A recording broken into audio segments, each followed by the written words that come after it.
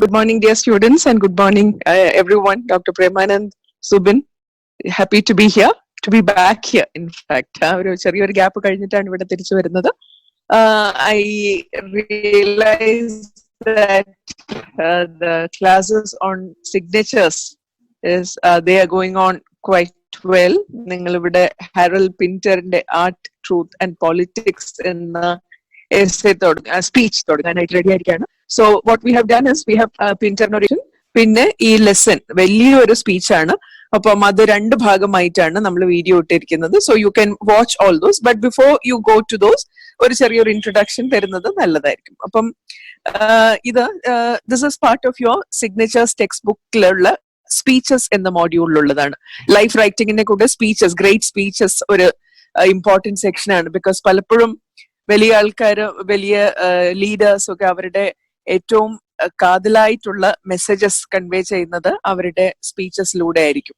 And ഈ ഒരു speech, this is actually a Nobel prize acceptance speech. നമുക്കറിയാം എല്ലാ വർഷവും നൊബേൽ പ്രൈസ് എന്ന വിശ്വപ്രസിദ്ധ പ്രൈസസ് അവാർഡ് ചെയ്യുന്നത് ഡിസംബർ മാസത്തിലാണ്. ആൽഫ്രഡ് നൊബേലിന്റെ ബർത്ത്ഡേ ഡിസംബർ 10th അന്നാണ് അത് കൊടുക്കുന്നത്. There is a grand ceremony.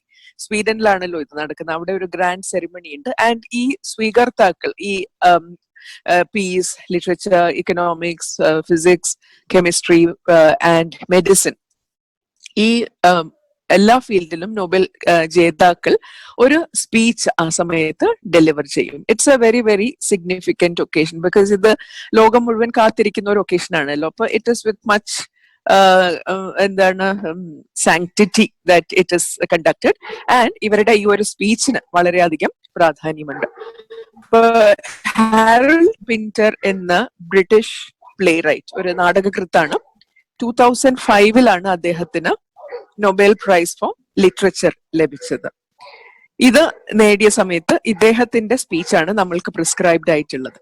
The difference in this speech is that സാധാരണ എല്ലാവരും സ്വീഡനിൽ പോയിട്ട് അവിടെ നിന്ന് ഇത് സ്വീകരിക്കുന്ന സമയത്ത് ഈ സ്പീച്ച് ഡെലിവർ ചെയ്യുമെങ്കിലും in Harold Pinter's case he was unwell. അദ്ദേഹം അന്ന് ഒരു ഏറെ പ്രായം ചെന്ന ഒരു വ്യക്തിയായിരുന്നു. And he was in hospital. അപ്പൊ ഹോസ്പിറ്റലിൽ ഇരുന്നിട്ടാണ്, ഹോസ്പിറ്റൽ റൂമിൽ ഇരുന്നിട്ട് ഒരു വീൽ ഇരുന്നിട്ട് അദ്ദേഹം ഒരു റെക്കോർഡ് ചെയ്തു, ഒരു സ്പീച്ച് റെക്കോർഡ് ചെയ്തിട്ട് he sent it to the Nobel committee. അപ്പൊ അവർ ആ പ്രൈസ് സെറിമണിയുടെ സമയത്ത് ഇദ്ദേഹം വരാത്ത സ്ഥിതിക്ക് അത് ഈ റെക്കോർഡിംഗ് ആണ് പ്ലേ ചെയ്തത്. അപ്പൊ ആ റെക്കോർഡിംഗ് ആണ് നമ്മൾക്ക് സ്പീച്ചസ് ആയിട്ട് പഠിക്കാനുള്ളത്. It is in fact A very very significant speech. വളരെ കാലിക പ്രസക്തിയുള്ള ഒരു സ്പീച്ച് ആയിരുന്നു. 2005 ആ സമയത്ത് ലോകത്തിൽ നടക്കുന്ന ചില കാര്യങ്ങളെ കുറിച്ചാണ് ഇദ്ദേഹം പറയുന്നത്. പക്ഷെ ഈ ഒരു സ്പീച്ചിന്റെ പ്രാധാന്യം നമ്മൾക്ക് അറിയുന്നതിന് മുമ്പ് ഇപ്പൊ എല്ലാ വർഷവും നൊബേൽ പ്രൈസ് സ്പീച്ച് ഒക്കെ ഡെലിവർ ചെയ്യുന്നുണ്ട്. ഈ ടെക്സ്റ്റ് ബുക്കിൽ നിങ്ങൾക്ക് പഠിക്കാനായിട്ട് why have they chosen this particular speech, എന്താണ് അതിന്റെ ഒരു പ്രത്യേകത നമ്മൾ അറിയണം. അതറിയണമെങ്കിൽ you need to know something about Harold Pinter. Because Nobel prize ഒരിക്കലും ഒരു കൃതിക്കല്ല കൊടുക്കുന്നത്. മറ്റു കുറെ സാഹിത്യത്തിനുള്ള സമ്മാനങ്ങൾ കൊടുക്കുന്ന സമയത്ത് it is always given for one particular work. But the Nobel Prize is something that is given for the entire body of somebody's work over a period of time. ഒരു നമ്മൾ ചിലരൊക്കെ തെറ്റിദ്ധരിച്ച് പറയാറുണ്ട് ടാഗോറിന് ഗീതാഞ്ജലിക്ക് വേണ്ടിയിട്ടാണ് നൊബേൽ പ്രൈസ് കിട്ടിയത്. ഒരിക്കലുമല്ല. ടാഗോറിന്റെ എല്ലാ കൃതികളും കണക്കിലെടുത്തിട്ട്, അതുവരെ ഉണ്ടായിരുന്ന എല്ലാ കൃതികളും കണക്കിലെടുത്തിട്ടാണ് 1913 ടാഗോറിന് നൊബേൽ പ്രൈസ് കൊടുത്തിരുന്നത്. അതേമാതിരി ഈ പിന്ററിന്റെ ഇതുവരെ ഉണ്ടായിരുന്ന വർക്ക്സ് മുഴുവൻ, ഹിസ് ഔട്ട്പുട്ട് അല്ലെങ്കിൽ his entire body of work, and that consist largely of place. Shakespeare 17ാം നൂറ്റാണ്ടിൽ എത്രത്തോളം പ്രാധാന്യമുള്ള ഒരു പ്ലേ റൈറ്റ് ആയിരുന്നു, അതേമാതിരി 20th century, middle of the 20th century വളരെയധികം പ്രാധാന്യമുള്ള ഒരു പ്ലേ റൈറ്റ് ആണ് Pinter, Harold Pinter. He is a British playwright. And ഒരു പ്രത്യേകത തന്നെയാണോ, he has been able to capture ഷേക്സ്പിയറിന്റെ പ്ലേസ് എങ്ങനെ എലിസബത്തൻ ഏജിന്റെ സ്പിരിറ്റ് ക്യാപ്ചർ ചെയ്യുന്നുമോ അതേമാതിരി ഈ 20th century യുഗത്ത്, അതായത് സെക്കൻഡ് വേൾഡ് വാർ കഴിഞ്ഞിട്ടുള്ള ആ കാലഘട്ടത്തിന്റെ എല്ലാ what can you say, it is, you can definitely guess that it was not a very happy or a very positive time. യുദ്ധം കഴിഞ്ഞ് ദ ഹോൾ വേൾഡ്, ഇന്ന് നമ്മൾ പാൻഡമിക്കിൽ എങ്ങനെ the whole world is involve, അതേമാതിരി ഒരു സിറ്റുവേഷൻ ആയിരുന്നു after the second world war.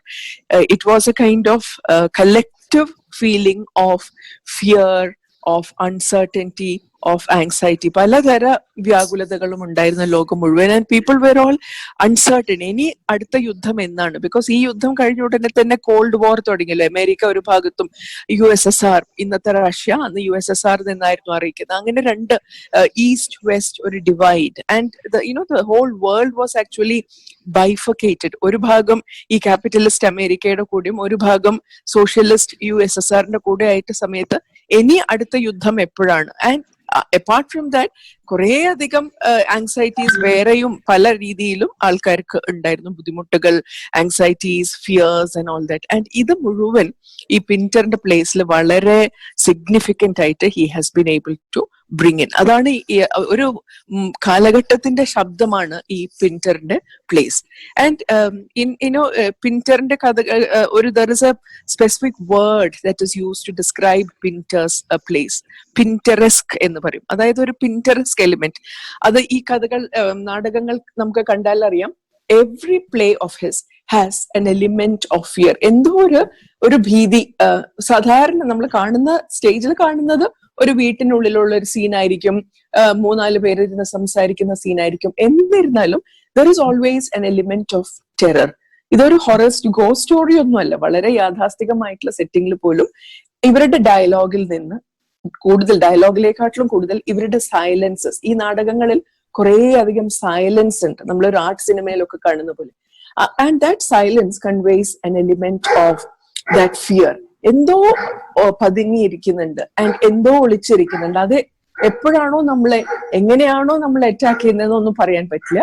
But people on the stage, you can see that they are wary of something, they are scared of something. അത് ആ ഭീതി നമ്മൾക്ക് ഈ ഓഡിയൻസിനും നമ്മൾക്ക് ഫീൽ ചെയ്യാൻ പറ്റും. ആ രീതിയിലാണ് ഈ നാടകങ്ങളൊക്കെ എഴുതിയിരിക്കുന്നത്. അതിനെയാണ് പിന്ററസ്ക് എന്ന് പറയുന്നത്. That element of uncertainty and fear which Hanks in the air. അതിനൊരു എക്സ്പ്ലനേഷൻ ഒന്നും കൊടുക്കാൻ പറ്റുന്നില്ല. എങ്ങനെയാണ് ഇത് വരുന്നത് നമുക്ക് പറയാൻ പറ്റില്ല. പക്ഷെ അത് ജനറലി ലോകത്തിൽ ആ സമയത്ത് കണ്ടിരുന്ന ഒരു എലിമെന്റ് ഓഫ് ഫിയറിനെയാണ് ഇദ്ദേഹം ഒരു ഡ്രോയിങ് റൂം, ഒരു വീടിന്റെ ഉള്ളിലുള്ള റൂംസിൽ അതേ സിറ്റുവേഷൻ ഒരു മൈക്രോസ്കോപ്പിക് ആയിട്ട് ഇദ്ദേഹം കാണിക്കാൻ, ലോകത്തിൽ പുറമെ നടക്കുന്ന കാര്യങ്ങൾ ഒരു ചെറിയൊരു രൂപത്തിൽ ഇവിടെ കാണിക്കുന്നു. അതിനെയാണ് പിന്ററസ്ക് എന്ന് പറയുന്നത്. ഞാൻ പറഞ്ഞല്ലോ ഈ silences, they are known as the Pinter pause. ഈ സാധാരണ ഡയലോഗ് പറയുന്നതിന്റെ ഇടയിൽ പിന്നെ കുറെ മൊമെന്റ് ഓഫ് സൈലൻസ്. ആ സൈലൻസിലൂടെ തന്നെ പലതും കൺവേ ചെയ്യുന്നുണ്ട്. അതിനെയാണ് പിന്റർ പോസ്. പോസ് എന്ന് പറഞ്ഞാൽ ഒരു സ്റ്റോപ്പ്. അപ്പൊ ഡയലോഗ് അവിടെ സ്റ്റോപ്പ് ചെയ്യുന്നു. പക്ഷെ ആ സ്റ്റോപ്പ് ചെയ്ത് ഒരു സംസാരവും നടക്കാത്ത ആ നിമിഷങ്ങളിൽ നിന്ന് പോലും you get a lot of ideas, or he uses that silence to speak his ideas. അപ്പൊ അതിനാണ് പിന്റർ പോസ് എന്ന് പറയുന്നത്. ഇതെല്ലാം ഈ നാടകത്തിന്റെ പ്രത്യേകതയാണ്. ഇപ്പൊ ഇതിനൊക്കെ ഈ ഒരു കാലഘട്ടത്തിന്റെ ശബ്ദം നാടകങ്ങളിലൂടെ അവതരിപ്പിച്ചതിനാണ് നൊബേൽ കമ്മിറ്റി ഇദ്ദേഹത്തിന് നൊബേൽ പ്രൈസിനായിട്ട് ചൂസ് ചെയ്തത്. ആ സമയത്ത് ഇദ്ദേഹം വീണ്ടും ഇദ്ദേഹത്തിന്റെ നാടകങ്ങളെ പറ്റിയല്ല പറയുന്നത് when he receives the Nobel Prize, but he uses it to make a very powerful statement about the role that writers play in today's world. എഴുത്തുകാർക്ക് മാത്രം ചെയ്യാൻ പറ്റുന്ന ചില കാര്യങ്ങളുണ്ട്. അവിടെയാണ് ഈ സ്പീച്ചിനുള്ള നമുക്ക് ഇൻട്രൊഡക്ഷൻ വരുന്നത്. അതായത് he begins the speech initially by talking about the difference between art and politics. Specifically the difference between truth in art and politics. അതാണ് ഹെഡിങ് വരുന്നത്. Art, truth and politics. Truth, നമ്മൾ സത്യം എന്ന്, നമുക്ക് ഓരോരുത്തർക്കും അതിനൊരു അർത്ഥമുണ്ട്. സത്യം എന്ന വാക്ക് നിങ്ങളൊന്ന് മനസ്സിലിട്ട് ആലോചിച്ച് നോക്കൂ. What do you mean by truth? ആ ഒരു വാക്ക് അത് സാഹിത്യത്തിൽ എങ്ങനെയാണോ രാഷ്ട്രീയത്തിൽ എങ്ങനെയാണോ ഇത് തമ്മിൽ വളരെയധികം വ്യത്യാസമുണ്ട്. ഇപ്പൊ സാഹിത്യത്തിൽ ട്രൂത്ത് എന്ന് പറഞ്ഞാൽ you cannot ever look for an absolute truth. See, ഏതൊരു കവിത കൃതി എടുത്തു നോക്കിയാലും അവിടെ ഈ ആർട്ടിസ്റ്റ് കുറെ അധികം ലൈസൻസ് എടുക്കുന്നുണ്ട്. ഇറ്റ് ഈസ് നോട്ട് ഒരു ന്യൂസ് പേപ്പർ വായിക്കുന്ന മാതിരിയല്ല ഒരു കവിത വായിക്കുന്നത്.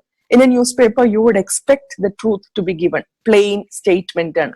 ബട്ട് കവിതയിലോ നോവലിലോ നാടകത്തിലൊന്നും അങ്ങനെയല്ല. അത് വേറെ രീതിയിലാണ് അവതരിപ്പിച്ചിരിക്കുന്നത്. എത്രത്തോളം ഈ സത്യം അതില് ഹിഡൻ ആണോ അത്രത്തോളം ആ കൃതി നല്ലതായിരിക്കും. അതായത് it should not ever be a clear statement, ഇന്ന് ഇവിടെ നടന്നു നാളെ അങ്ങനെയുള്ള ഒരു സ്റ്റേറ്റ്മെന്റ് അല്ല. സാഹിത്യത്തിലൊക്കെ എപ്പോഴും അതൊരു it is revealed in a rather artistic way. അതിലാണ് അതിന്റെ ഭംഗിയുള്ളത്. ആൻഡ് അവിടെ ഈ അൺട്രൂത്ത് എന്ന് നമ്മൾക്ക് പറയും, സത്യമല്ല, സത്യത്തെ വേറെ രീതിയിലാണ് അവിടെ അവതരിപ്പിക്കുന്നത്. ആ രീതിയിൽ ഇപ്പോ നമ്മൾക്ക് പറയാം, ഒരു കവി, ഞാൻ ഈ ലെക്ചറിൽ നിങ്ങൾക്ക് കാണും 2-3 സ്ലൈഡൊക്കെ ഉപയോഗിച്ചാൽ നിങ്ങൾക്ക് ആ ഒരു വ്യത്യാസം മനസ്സിലാകും. ഒരിക്കലും സത്യത്തെ സത്യമായിട്ടല്ല പറയുന്നത്.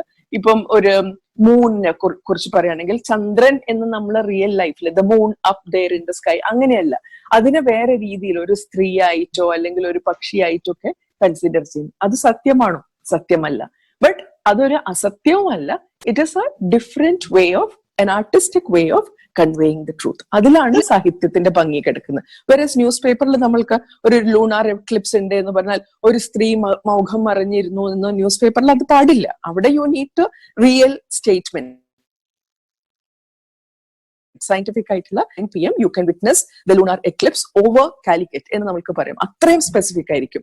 U cannot have that metaphorical അങ്ങനെയുള്ള ഒരു ആ ഭാഷയൊന്നും ഉപയോഗിക്കാൻ, കവിത്വം തുളുമ്പുന്ന ഭാഷ പാടില്ല.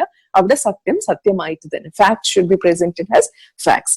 അപ്പം he is talking about that use of language. സാഹിത്യത്തിൽ നമ്മൾ ഭാഷ ആ ഒരു രീതിയിൽ ഉപയോഗിക്കുന്നു. where you know the playwright or the writer or the poet takes a lot of liberties, presents truth in a different way. പക്ഷെ അവിടെ എന്താണ്, what does it convey?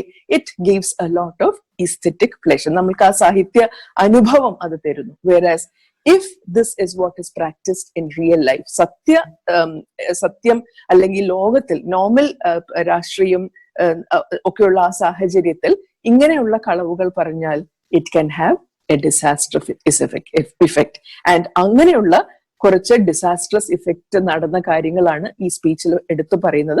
പ്രത്യേകിച്ചും what was happening at that point of time. 2005 ഈ speech പറഞ്ഞത്. ആ 2005 America എന്ന very powerful nation എങ്ങനെയായിരുന്നു ഈ ലോകത്തെ മുഴുവൻ ചില കള്ളങ്ങൾ പറഞ്ഞ് മയക്കി വെച്ചിരിക്കുന്നത്. That is what he specifically attacks. The way in which they were attacking so many countries in the world. ആ കാര്യം ഈ അവാർഡ് സെറമണി നടക്കുന്നതിന് തൊട്ട് മുമ്പായിരുന്നു ഇറാഖില് അമേരിക്കൻ അറ്റാക്ക്. അത് ഇറാഖ്, അഫ്ഗാനിസ്ഥാൻ, പിന്നെ നിക്കറാഗ്വ, ഇങ്ങനെയുള്ള ഓരോ രാജ്യങ്ങളുടെ കാര്യം എടുത്തു പറയുന്നുണ്ട്. ഇവിടെയൊക്കെ അമേരിക്ക എങ്ങനെയാണോ അവരുടെ പ്രസൻസ് എസ്റ്റാബ്ലിഷ് ചെയ്ത്, they were interfering in the affairs of those countries. എന്തിന്റെ പേരിൽ അവരെന്തായിരുന്നു പറഞ്ഞത്? അവര് ലോകത്തോട് പറഞ്ഞു, ഞങ്ങൾ ഇത് ചെയ്യുന്നത് ഡെമോക്രസി പ്രൊട്ടക്ട് ചെയ്യാൻ വേണ്ടിയിട്ട്. We are doing this for the welfare of the world. And Pinter says അത് പച്ചക്കള്ളമായിരുന്നു. അവർക്ക് അവരുടേതായ അജണ്ട ഉണ്ടായിരുന്നു. ഇറാഖിനെ അറ്റാക്ക് ചെയ്യാൻ വേണ്ടിയിട്ട് ഓയിൽ ഫീൽഡ്സ് ആയിരുന്നു അവരുടെ ഉദ്ദേശം. അല്ലാതെ സദ്ദാം ഹുസൈനെ ഇല്ലാതാക്കി ഇറാഖികളെ എല്ലാം രക്ഷപ്പെടുത്താനൊന്നും ആയിരുന്നില്ല. അവർ വലിയൊരു കള്ളം പറഞ്ഞു. പക്ഷേ they made the world believe that they were attacking Iraq to protect democracy, for the welfare of the people of Iraq. ഇറാഖിന് ഒരു വെൽഫെയർ ഉണ്ടായിട്ടില്ല. In fact, that country was devastated after the American attack on Iraq. അപ്പോൾ ഇങ്ങനെയുള്ള കള്ളങ്ങൾ പറഞ്ഞിട്ട് America എങ്ങനെയാണോ making a lot of progress. That is not the falsehood of literature. It is the falsehood അല്ലെങ്കിൽ lie of politics, and that can have a disastrous effect. ഇത് തുറന്നു കാണിക്കാനാണ് ഇദ്ദേഹം ഈ സ്പീച്ച് ഡെലിവർ ചെയ്യുന്നത്. And at the end of the speech he will convey the very powerful role that the writer can play. ഇങ്ങനെ ഒരു സാഹചര്യത്തിൽ ഇത് തുറന്നു കാണിക്കാൻ ആർക്കെങ്കിലും പറ്റുമെങ്കിൽ that is only the writer. എഴുത്തുകാർക്ക് അത് അവരുടെ കൃതികളിലൂടെ ഈ സത്യം തുറന്നു കാണിക്കാൻ പറ്റും. And that is the only way in which the rest of the world can react against the kind of atrocities that are being committed by powerful countries like America. ഈ ഒരു ഇൻട്രഡക്ഷൻ മതി തോന്നുന്നു. ഇനി നിങ്ങൾക്ക് 2 വീഡിയോ കാണാമെന്ന്, 2 മുഴുവൻ കാണാൻ പറ്റില്ല. ദ ഫസ്റ്റ് വൺ, ഈ പിന്ററിന് ഒരു ഇൻട്രഡക്ഷൻ, അതൊരു കൊച്ച് I think 13 minutes ഒരു വീഡിയോ ആയിരിക്കും. ജസ്റ്റ് ഒന്ന് കണ്ടു നോക്കൂ. അത് പിന്ററിനെ കുറിച്ച് നിങ്ങൾക്ക് നല്ലൊരു ധാരണ കിട്ടും. പിന്ററിന്റെ ഒരു ബർത്ത്ഡേ പാർട്ടി എന്നൊരു വളരെ പ്രാധാന്യമുള്ള ഒരു പ്ലേ ഉണ്ട്. അതാണ് അദ്ദേഹത്തിന്റെ ഏറ്റവും അറിയപ്പെടുന്ന ഒരു പ്ലേ. ഞാൻ പറഞ്ഞ ആ പിന്ററസ്ക് എലിമെന്റ്, പിന്റർ പോസ്, ഇതെല്ലാം നിങ്ങൾക്ക് കാണാം. ഒരു സാധാരണ ഒരാള് അയാളെ വെറുതെ വീട്ടിലിരിക്കുന്ന സമയത്ത് രണ്ടുപേര് വന്ന് ഇയാളെ ക്വസ്റ്റ്യൻ ചെയ്യാൻ തുടങ്ങുകയാണ്. ഒരു ഇന്ററോഗേഷൻ, നമ്മൾ ഇന്ന് NIA ഇന്ററോഗേഷൻ ഒക്കെ കേൾക്കുന്നുണ്ടല്ലോ, അപ്പൊ അത് നമുക്ക് എല്ലാവർക്കും അറിയാം. ഈ ഇന്ററോഗേഷൻ എന്തിനു വേണ്ടിയിട്ട്? ഇയാളൊന്നും ചെയ്തിട്ടൊന്നുമില്ല, he's living a normal life, പക്ഷേ they come and interrogate him. And ആ ഒരു ഇന്ററോഗേഷൻ സീനിന്റെ ഒരു ഭാഗം നിങ്ങൾക്ക് കാണാം. ഇന്ററോഗേഷൻ ചെയ്ത് ഇയാൾ തെറ്റൊന്നും ചെയ്തിട്ടില്ലെങ്കിലും he believes that he has committed some crime. അങ്ങനെയാണ് ആ ഇന്ററോഗേഷന്റെ ഇത് പോകുന്നത്. അതൊരു 2 മിനിറ്റിന്റെ ഒരു ക്ലിപ്പിംഗ് നിങ്ങൾക്ക് ഈ ഇൻട്രൊഡക്ടറി വീഡിയോയിൽ കാണും. അതിനുശേഷം we will come to the essay itself. എസ്സേയുടെ ഒരു ഭാഗമായിരിക്കും ഇന്ന് പ്ലേ ചെയ്യുന്നത്. വലിയൊരു എസ്സേ അല്ല, speech. It's a very long speech. Actually the whole speech is much longer. നിങ്ങളുടെ ടെക്സ്റ്റ് ബുക്കിൽ തന്നെ it is only an edited part of it. അപ്പൊ ആ ഭാഗം നമ്മൾക്ക് ഞാൻ സ്ലൈഡ്സിൽ ഇട്ടിട്ടുണ്ട്. Will read those sections and വേണ്ട എക്സ്പ്ലനേഷൻസ് ഒക്കെ പിന്നെ തരാം. Okay, I think we can ഇന്ന് ഐ തിങ്ക് ഒരു കാര്യം കൂടെ പറഞ്ഞിട്ട് നമ്മൾക്ക് അതിലേക്ക് തുടങ്ങാം. August 4th is the birthday of Shelley, Percy Bysshe Shelley എന്ന വിശ്വവിഖ്യാത കവിയുടെ പിറന്നാളാണ്. ഈ ഷെല്ലി എങ്ങനെയാണോ ഈ ലോകത്തിലെ അട്രോസിറ്റീസ് അതിനെ എതിരെ പ്രതികരിച്ചത്, അങ്ങനെ അത്രയധികം കവികൾ ചെയ്തിട്ടില്ല. On the one hand, in his poems you have very beautiful lies, poetic ആയിട്ടുള്ള കുറെ അസത്യങ്ങൾ. ഷെല്ലിയുടെ ഫേമസ് ലൈൻ ആണല്ലോ, O wind if winter comes can spring be far behind എന്നൊക്കെ. അപ്പൊ അതായത് കാറ്റിനോട് സംസാരിക്കുകയാണ്. കാറ്റ് ഒരു നല്ല ഒരു ഇതായിട്ട് ഒരു ചേഞ്ച്, റെവല്യൂഷണറി ചേഞ്ച് കൊണ്ടുവരുന്ന ഒരു കാറ്റായിട്ട് ഹീസ് അഡ്രസ്സിംഗ് ദ വിൻഡ്. പക്ഷെ ഇതേ Shelly in his prose writings he has attacked the very institution of so many establishments. So സമൂഹത്തിൽ മനുഷ്യനെ ഇല്ലായ്മ ചെയ്യുന്ന പല ഇൻസ്റ്റിറ്റ്യൂഷൻസിനെയും അയാൾ ക്വസ്റ്റ്യൻ ചെയ്തിട്ടുണ്ട്. അപ്പൊ ഷെല്ലിയെ ഓർത്തിട്ട് നമ്മൾക്ക് ഇന്ന് പിന്ററിലോട്ട് കടക്കാം. A great speech is a window to history. It captures the truth and the spirit of its age. We are familiar with many famous speeches which have played a significant and historic role. Speeches that have in fact changed the course of history in many lands at various points of time. Think of the greatest speeches that you have heard about, or probably heard, or read about. Speeches made by great leaders ranging from Jesus Christ to Abraham Lincoln to Martin Luther King, to great leaders at various points of time in India. Dear students, to that great list of speeches, to that list of great speeches, you can add this one too, the one that's prescribed for your study, delivered by the British playwright Harold Pinter in the year 2005. It was a Nobel Prize acceptance speech. He was awarded the Nobel Prize for Literature in the year 2005, and Pinter, being unable to travel to Sweden to receive the award, made a recording of a speech while he was in hospital, and that was what was delivered as his Nobel Prize acceptance speech. Pinter's speech, titled Art, Truth and Politics, is a powerful plea for truth. It is a strongly worded political statement in which he makes a passionate appeal for political resistance to war and militarism, particularly the militarism unleashed by the United States of America in various parts of the world. The speech also conveys Pinter's great concern for the victims of oppression. However, before we get into the speech itself, it would be ideal if we take a look at Harold Pinter, the playwright, one of the most eminent among the playwrights of the 20th century. His plays capture the complex and challenging post-Second World War era.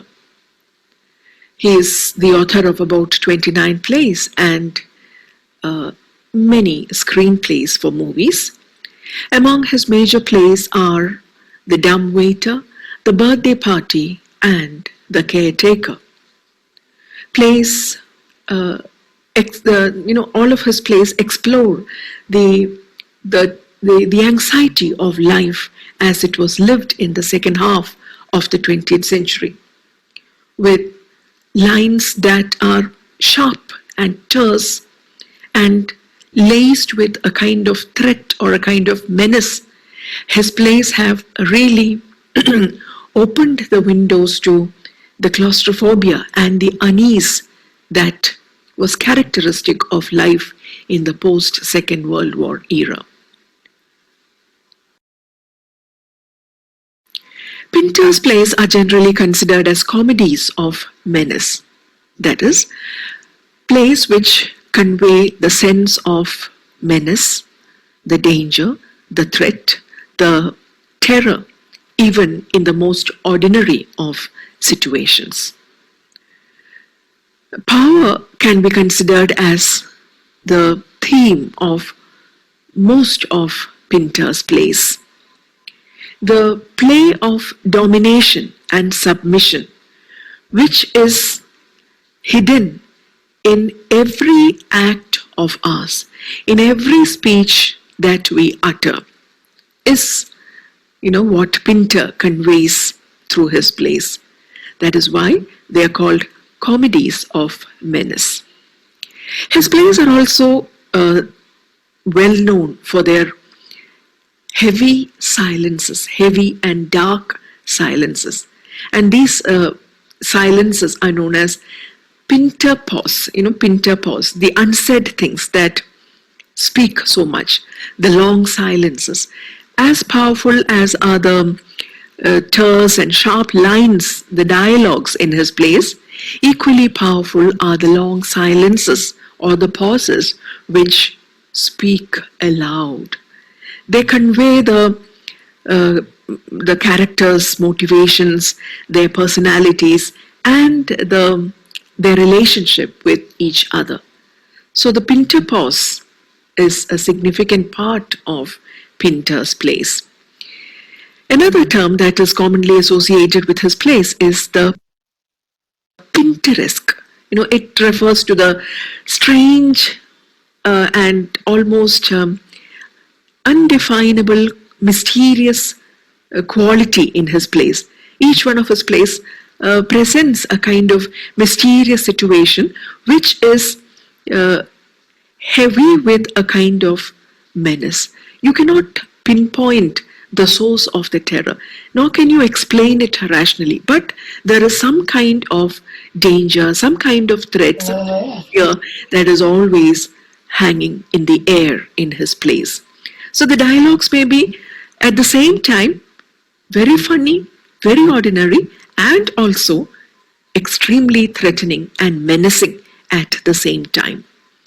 So I have presented in the slide a few images from his plays, and in the next slide you can watch a short bit of his play, The Birthday Party, where you have the central character who is being interrogated by two strangers for no obvious reason at all.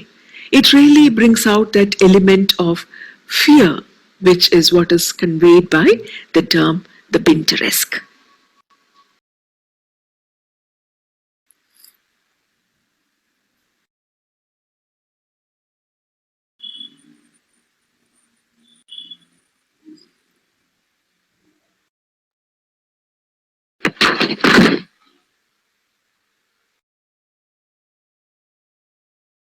Wherever you're afraid. Can you just wash up and help?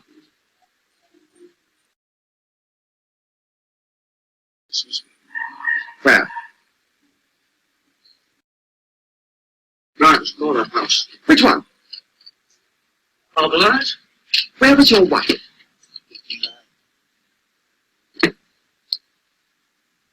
What's that? What wife? What have you done with your wife? He's killed his wife. Why did you kill your wife? What wife? How did he kill her? How did you kill her? He throttled her. Last. There's your man. Where's your old mum? In the sanatorium. Yes. Why did you never get married? She was waiting at the porch. You skedaddled from the wedding. He left her in the lurch. You left her in the pudding She cloud. was waiting at the church. Weber, why did you change your name? I forgot the other one. What's your name now? Joe Soap! You stink of sin. I can smell it. Do you recognize an external force?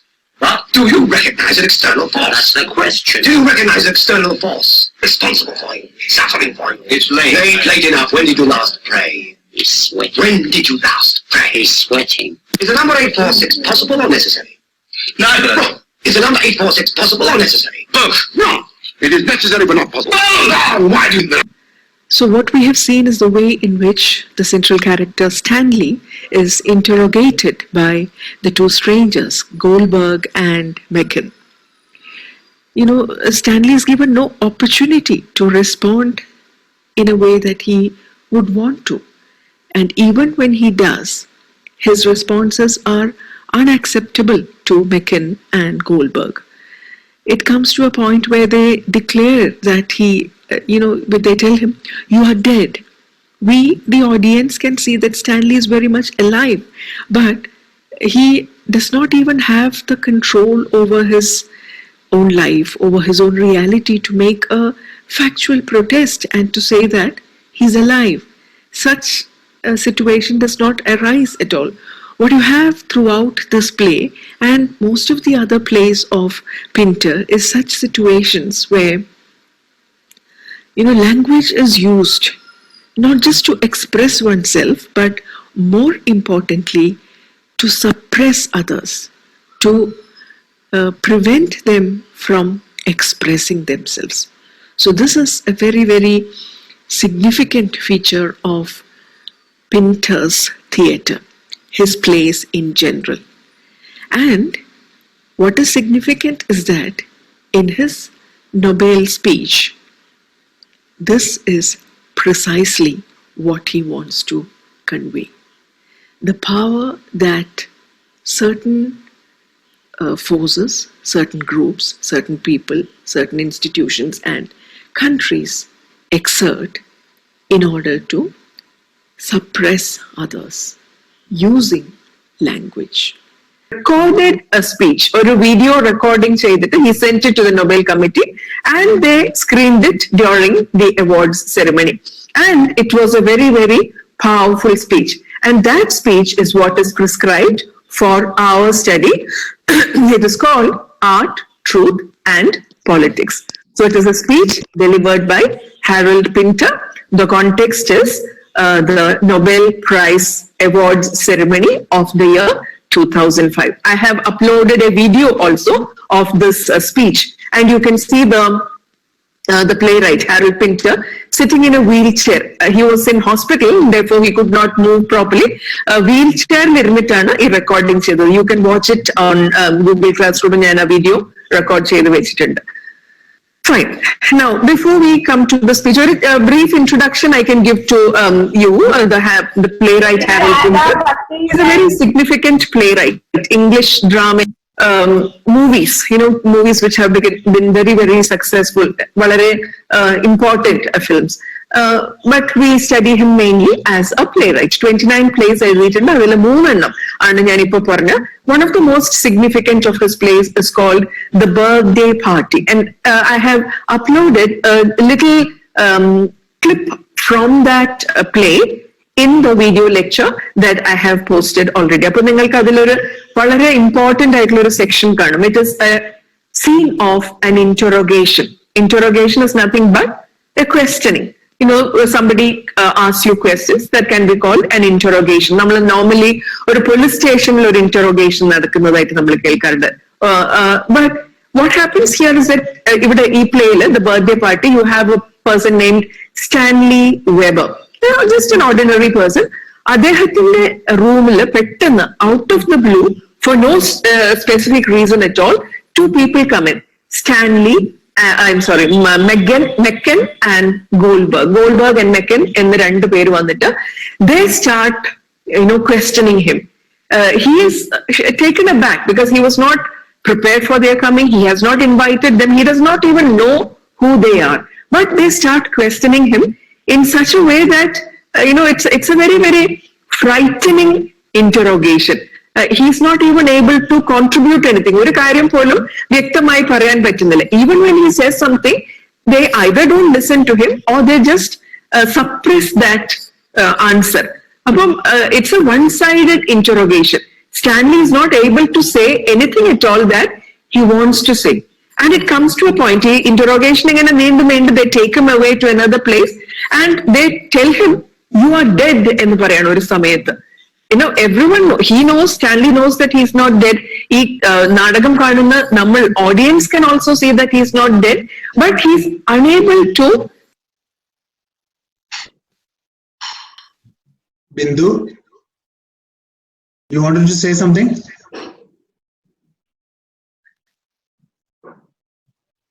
Prem, is that the end of the? No, it's not, but maybe you could give a small introduction now if you want to continue, because this would be about 30 minutes. Yeah, no issue. I can wait. Once it is over, I can just give it. I'm Okay. here. I know Bindu's audio is on, Apollo. That's why suddenly I thought maybe that's by a mistake. Maybe she might have forgotten to. We can understand. Yeah. I'm so sorry. I tried to come in between, and that is why. That's okay. You can comment now. Yeah, we don't quarantine teachers. No, in between the two videos, because our first video കഴിഞ്ഞപ്പം a comedy of menace എന്നൊരു term, it's a technical term that we normally use to describe Pinter's plays. വളരെ comedy എന്ന് പറഞ്ഞാൽ situation, പക്ഷെ അതിന്റെ ഉള്ളില്, as I told you earlier, that element of menace, threat, that danger, ആ ഒരു ഭീതിജനകമായിട്ടുള്ള കാര്യം സാധാരണ സിറ്റുവേഷനിലൂടെ എങ്ങനെ വരുന്നു. That is why Pinter's plays are generally called comedies of menace. ആ ഒരു പോയിന്റും കൂടെ പറയായിരുന്നു. Now we can continue with the class, I guess. Okay, thank you. Yeah. Say at at any point, no, I'm not dead, I'm alive എന്ന് അദ്ദേഹത്തിന് പറയാൻ പറ്റുന്നില്ല. It is that kind of a situation. You can imagine it's a very strange situation, and that is precisely the kind of strangeness that you have in all of Pinter's plays. ഒരു element of fear overhanging the most ordinary of situations. And ഇയാളുടെ പ്ലേസിൽ എങ്ങനെയാന്ന് വെച്ചാൽ, that is what is called the Pinteresque. Pinteresque എന്ന് പറഞ്ഞാൽ it is a strange and mysterious situation which cannot be explained properly. There is something that is undefinable in those situations. It appears to be normal, but as the scene progresses, you realize that it is not normal. There's something strange. എന്താണ് strange എന്ന് പറഞ്ഞാൽ നിങ്ങൾക്ക് explain ചെയ്യാൻ പറ്റുന്നില്ല. What is it that adds to the element of mystery? You do not know.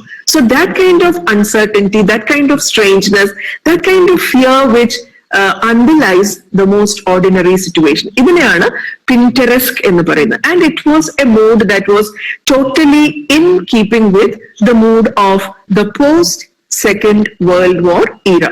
ആ സമയത്ത് ആൾക്കാർക്ക്, കുറെ അധികം ആൾക്കാർക്ക് the kind of anxiety, the kind of uncertainty, the kind of fear that they had. ഇനിയും ഒരു യുദ്ധം വരുമോ? What will happen to us now?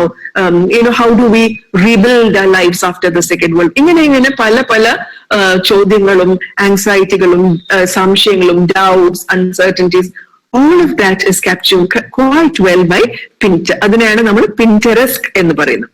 Another very significant aspect about his plays is the Pinter pause in the word. Pause, P-A-U-S-E. A pause is nothing but a stop. Appo ee plays you find a lot of silences. Iyalde play ulla dialogues are very sharp and very short and crisp, but very, very powerful.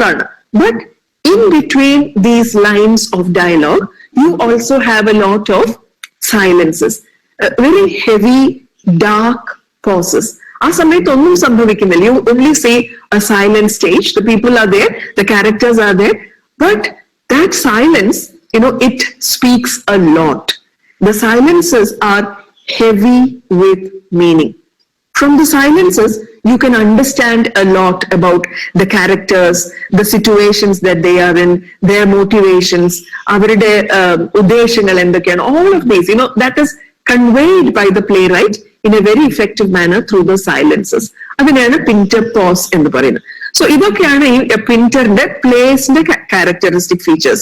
The comedy of menace, the Pinteresque element, and then the Pinter pause. I have explained all these in the video lecture.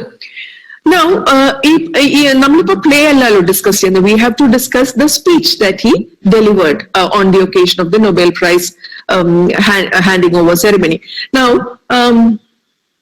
what you feel when you watch the plays and when you read the plays is the fact, it's a very, very clever use of the language. ഇദ്ദേഹത്തിന്റെ plays, you see how language is used.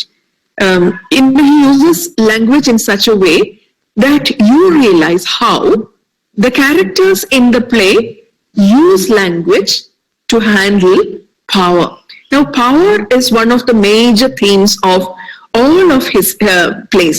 Harold Pinterന്റെ എല്ലാത്തിലും ഒരു power play, there are dynamics of power between one group and another, between one individual and another. അതായത് one is powerful, the other is weak. ഇങ്ങനെയുള്ള ഒരു binary you have in all of these plays of Pinter, and the way in which the stronger group or the stronger individual suppresses the other person and denies him of her of any space. അദ്ദേഹത്തെ മറ്റേ ആൾക്കാർ week ആയിട്ടുള്ള ആൾക്കാർക്ക് ഒന്നും പറയാനോ പ്രതികരിക്കാനോ പറ്റാത്ത രീതിയിൽ the others use language. So they speak in a powerful manner, they speak in an overpowering manner, as a result of which the weak one is suppressed and silenced. So ഇത് പല സിറ്റുവേഷൻസിൽ പല കഥാപാത്രങ്ങളെയും പല കഥാസന്ദർഭങ്ങളും കൊണ്ടുവന്നിട്ട് he always comes back to this use of language, how language is used to silence people.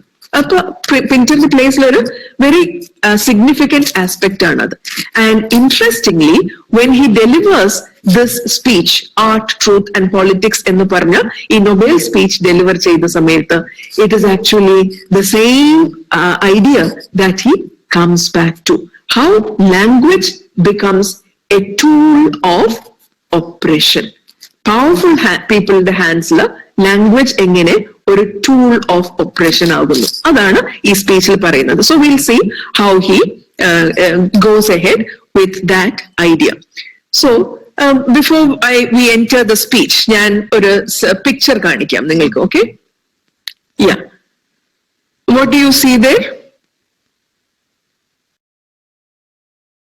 നിങ്ങൾക്ക് പറയാൻ പറ്റുന്നല്ലായിരിക്കും, your mic is muted, but I am sure you can see, and നിങ്ങൾ മനസ്സിലൊരു ധാരണ വെച്ചോളൂ. Now, this is actually a painting. ഈ painting ചെയ്തത് ആരായിരിക്കും? നിങ്ങൾക്ക് ആ സ്റ്റൈൽ കണ്ടാൽ അറിയാമായിരിക്കും. It is a Picasso painting. Okay, what is it called? I have not written the name of the painting here. I won't tell you the name of the painting. Next slide kandal, immediately you will be able to tell me something. Okay, look at the next slide. What do you see there? You see 3 musicians, അല്ലേ? നിങ്ങൾക്ക് ഒരു ബുദ്ധിമുട്ടുമില്ല അത് പറയാൻ. 3 പേര് അവിടെ ഉണ്ട്, അവർ musical instrument വായിക്കുന്നുണ്ട്. 3 musicians are performing. It is so clear there.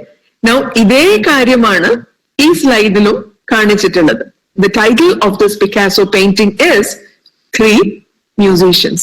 But Picassoയുടെ ആ ക്യൂബിസ്റ്റ് സ്റ്റൈലിൽ ചെയ്തിട്ടുള്ള പെയിന്റിംഗിൽ നമ്മൾക്ക് എളുപ്പത്തിൽ മനസ്സിലാകുന്നില്ല that this is about 3 musicians എന്നുള്ളത്, right? So what is the difference between this slide or this picture and this one? This is a real photograph. It is a photograph of people in reality, whereas this is a work of art. It is not a real picture. It does not convey reality. Now look at the same binary or the difference between art and reality through another slide. Idey type title തന്നെയാണ്. നേരത്തെ ഞാൻ പിക്കാസോന്റെ painting ആയിരുന്നു വെച്ചിട്ടുള്ളത്. ഇവിടെ of course it is Indian painter Jamini Roy, അവരുടെ painting ആണ്. എന്താണ് നിങ്ങൾ കാണുന്നത്? അവിടെ 3 പേര് നിങ്ങൾക്ക് കാണുന്നുണ്ട്. But they are definitely not like people whom we are familiar with, അല്ലെങ്കിൽ നമ്മൾക്ക് അറിയാവുന്ന പീപ്പിൾ എന്ന ഒരു ഡെഫിനിഷൻ അല്ല അവർക്ക് കൊടുക്കുക. അവരുടെ ഘടന, I mean the body shape is very different. It's not a realistic presentation at all. It is an artistic presentation, whereas the image on the right side is a photograph of real people. Adu kanda namakku oru buddimuttu illa to recognize that you have 3 people there. So what I'm trying to convey to you is the difference between art and reality. Ee oru vyathyasam namakku it is very significantly highlighted by Pinter in the speech that he makes. ഈ 2 ചിത്രമല്ലാതെ നമുക്ക് ഒരു വളരെ familiar ആയിട്ടുള്ള ഒരു situation നമ്മൾക്ക് എടുക്കാം. All of you have, I'm sure, watched the movie Titanic, right? All of you remember all those beautiful scenes of the movie Titanic. You remember the beautiful songs that you have there. അതിലുള്ള love story നിങ്ങൾക്ക് വളരെ സുപരിചിതമാണ്. Titanic എന്ന് പറഞ്ഞാൽ it immediately brings back to us the images of Jack and Rose and Leonardo DiCaprio and Kate Winslet. അവരുടെ ആ ഒരു that love story. But that Titanic or that story is very different from what really happened sometime in the early years of the 20th century, when a real ship named the Titanic set sail, and when it hit the iceberg and it crashed. അതൊരു വേറെ തന്നെ സംഭവമാണ്. And it was written about in the newspapers. നിങ്ങൾക്ക് real records ഉണ്ട് which you can go back to read about that accident. അതില് do you find the heart will go on എന്ന പാട്ട് അവിടെ കാണുന്നുണ്ടോ? Do you find the story of the love story of Jack and Rose? ഒന്നും അവിടെ കാണുന്നില്ല, right? That is the somebody mic on off ചെയ്തത്. മറ്റത് art. So ആർട്ടിൽ എന്താ സംഭവിക്കുന്നത്? The artist takes a lot of liberties. അവിടെ നമ്മൾ റിയാലിറ്റി അല്ല പ്രൊജക്ട് ചെയ്യുന്നത്. അവിടെ ആർട്ടിസ്റ്റിന്റെ ഇമാജിനേഷൻ, ആർട്ടിസ്റ്റിന്റെ കഴിവ്, അതെല്ലാം അനുസരിച്ചിട്ട് you find a new reality actually emerging there. So ഈ ഹാരൾഡ് പിന്ററിന്റെ സ്പീച്ചില് ഈ വ്യത്യാസമാണ് ആദ്യം പറയുന്നത്. He writes, in 1958 I wrote the following. ഞാൻ മുഴുവൻ ടെക്സ്റ്റ് വായിക്കില്ല, I'll only read parts of it, but I want you to know ഞാൻ what is given in your textbook. നിങ്ങൾക്ക് ടെക്സ്റ്റ് ബുക്ക് കിട്ടിയോ എന്ന് എനിക്കറിയില്ല, പക്ഷേ the speech anyway ഞാൻ മുഴുവനായിട്ട് നിങ്ങളുടെ ഗൂഗിൾ ക്ലാസ് റൂമിൽ ഇട്ടിട്ടുണ്ട്. Actually the whole speech that he delivered was a very long one. അതിന്റെ ഒരു എഡിറ്റഡ് ഭാഗമാണ്. അതിന്റെ ചില സെക്ഷൻസ് മാത്രമേ ഉള്ളൂ നിങ്ങൾക്ക് പഠിക്കാനുള്ളത് ടെക്സ്റ്റ് ബുക്കിലുള്ളത്. So you can compare the two. ഞാൻ അപ്ലോഡ് ചെയ്തിട്ടുള്ള ആ ഒറിജിനൽ ഫുൾ ലെങ്ത് സ്പീച്ചും നിങ്ങൾക്ക് ടെക്സ്റ്റ് ബുക്കിലുള്ള സെക്ഷൻസ്, അതാണ് ഞാൻ ഈ സ്ലൈഡിൽ വെച്ചിട്ടുള്ളത്. What is presented in this presentation in the slideshow is only what is given in the text. So ഈ 1958 പിന്റർ എഴുതിയിട്ടുള്ള ഒരു കാര്യത്തെ കുറിച്ചാണ് ആദ്യം പറയുന്നത്. And he starts by saying there are no hard distinctions between what is real and what is unreal, nor between what is true and what is false. A thing is not necessarily either true or false. It can be both true and false. 1958 ഇദ്ദേഹം he spoke these lines about art. As an artist, what does he see or what does he feel about truth? അതിനു വേണ്ടിയിട്ടാണ്, that is what he writes. And what he wrote in the year 1958 was his belief about truth, about reality, about truth and lies, etc. as an artist. And as an artist, as a playwright, he believed that there is nothing called the complete truth. Truth എന്ന് പറഞ്ഞാൽ it is something which changes. ഇതൊക്കെ ഒരു artist ആയിട്ടാണ് അദ്ദേഹം പറയുന്നത്. It keeps changing. What is true for me need not be true for someone else. ഞാൻ ആ Picasso പെയിന്റിംഗിൽ 3 മ്യൂസീഷ്യൻസിനെ കണ്ടാൽ someone else might see something else in it. That is a totally valid stand also. എന്റെ ട്രൂത്തും മറ്റുള്ളവരുടെ ട്രൂത്തും different ആയിരിക്കാം. അത് ആർട്ടിന്റെ ലോകത്തിൽ you can never say that this is true and this is the only truth എന്ന് പറയാൻ പറ്റില്ല. I believe that these assertions still make sense and do still apply to the exploration of reality through art. So as a writer I stand by them. ഞാൻ മുമ്പ് പറഞ്ഞ കാര്യങ്ങൾ as a writer I fully claim that you cannot say something is true and something is false. അങ്ങനെ ഒരു black and white division നമ്മൾക്ക് ചെയ്യാൻ പറ്റില്ല. What is true may be false for someone else.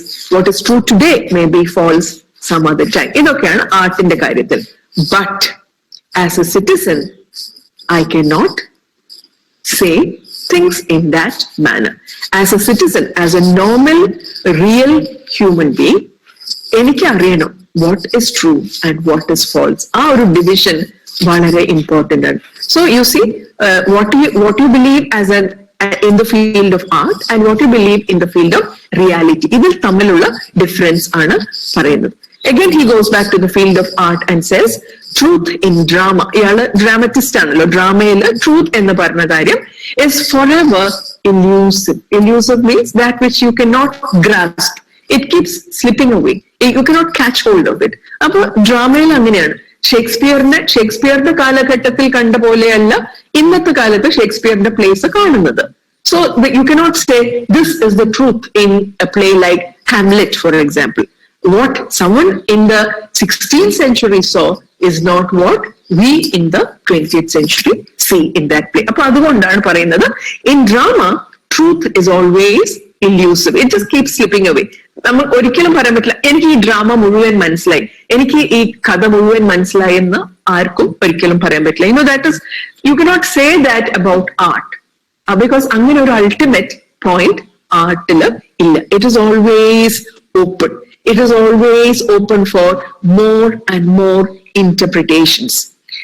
You can never find truth in drama, but the search for it is compulsory. എന്നാലും ഏതൊരാളും ഒരു കഥ വായിക്കുന്ന ആളായിക്കോട്ടെ, ഒരു സിനിമ കാണുന്ന ആളായിക്കോട്ടെ, ഒരു പെയിന്റിംഗ് നോക്കുന്ന ആളായിക്കോട്ടെ, ഒരു സ്കൾപ്ചർ നോക്കുന്ന ആളായിക്കോട്ടെ, whatever, whoever looks at art, whoever observes art, whoever studies art looks for the truth in it. ഇതിൽ എന്താണ് കാര്യം? What is being conveyed? ഈ സിനിമയുടെ മീനിങ് എന്താണ്? അല്ലെങ്കിൽ ഈ കഥയുടെ മെസ്സേജ് എന്താണ്?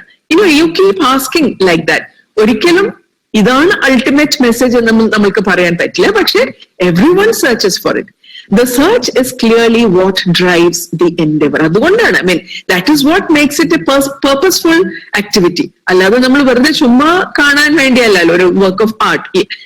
You are driven to look for the sense in that. The search is your task. More often than not, you stumble upon the truth in the dark. Sometimes നമ്മൾ വിചാരിക്കാം ഇതാണ് അതിലുള്ളത് എന്ന് തപ്പിത്തടഞ്ഞ് പോയിട്ട് പെട്ടെന്ന് you might come across what you consider to be the truth. But sometimes you might not even realize that this is the truth. But the real truth is that there never is any such thing as one truth to be found in dramatic art. One truth alla, avade truths, many truths. നമ്മൾ എപ്പോഴും പറയാറുണ്ട് സത്യത്തിന് ഒരു മുഖമേ ഉള്ളൂ. അതൊക്കെ റിയാലിറ്റിയുടെ കാര്യത്തിൽ ശരിയാണ്. സാഹിത്യം, കല, ഇതിന്റെയൊക്കെ കാര്യത്തിൽ സത്യത്തിന് ഒരു മുഖമേ ഉള്ളൂ എന്ന് പറയുന്നത് it is a meaningless statement. In drama he says there is never any such thing as one truth. There are many truths and these truths will keep challenging each other, fighting each other. Sometimes you feel you have the truth of a moment in your hand and then it slips through your fingers and is lost. Adana parayunnathu truth is always elusive. You cannot ever come to a point where you say I have found the meaning of that sentence or that work of art. So in the field of art, language is always ambiguous എന്ന് പറഞ്ഞാൽ പല മീനിങ്സും ഉള്ള, അതിനൊരു fixed meaning ആയിട്ട് നിങ്ങൾക്ക് tie down ചെയ്യാൻ പറ്റില്ല. ഇപ്പൊ സയൻസിന്റെ കാര്യത്തിൽ നമ്മൾ യു മേ സേ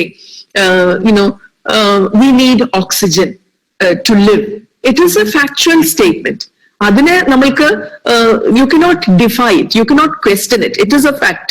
ബട്ട് അങ്ങനെയുള്ള സ്റ്റേറ്റ്മെന്റ്സ് അല്ല ലിറ്ററേച്ചറിലുള്ളത്. And literature always has ambiguous statements, a statement which can be interpreted in many ways.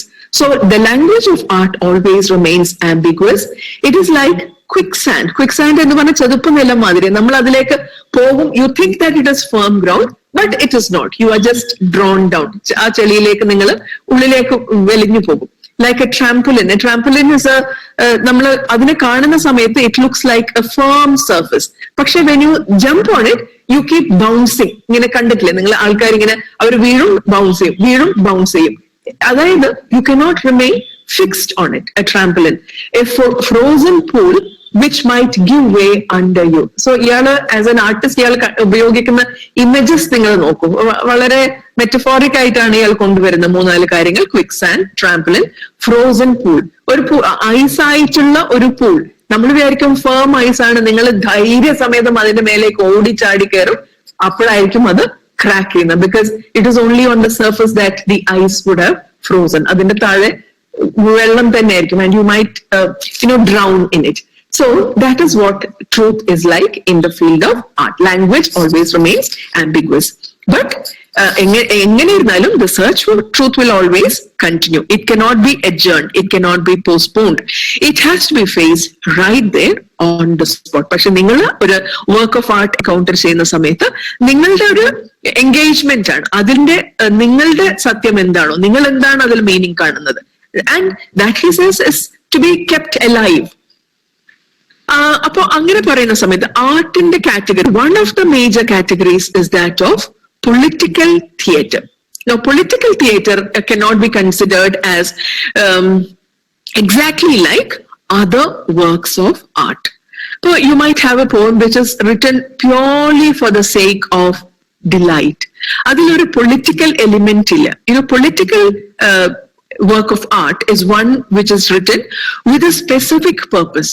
ഒരു ജനതയിൽ ഒരു മാറ്റം കൊണ്ടുവരാൻ, അല്ലെങ്കിൽ ആരെങ്കിലും ഇൻഫ്ലുവൻസ് ചെയ്യാൻ. I mean, that is to criticize somebody, to point out the faults of somebody. We are familiar with such great works of art. That is what he calls political theatre. Political theatre cannot be considered as ordinary works of art.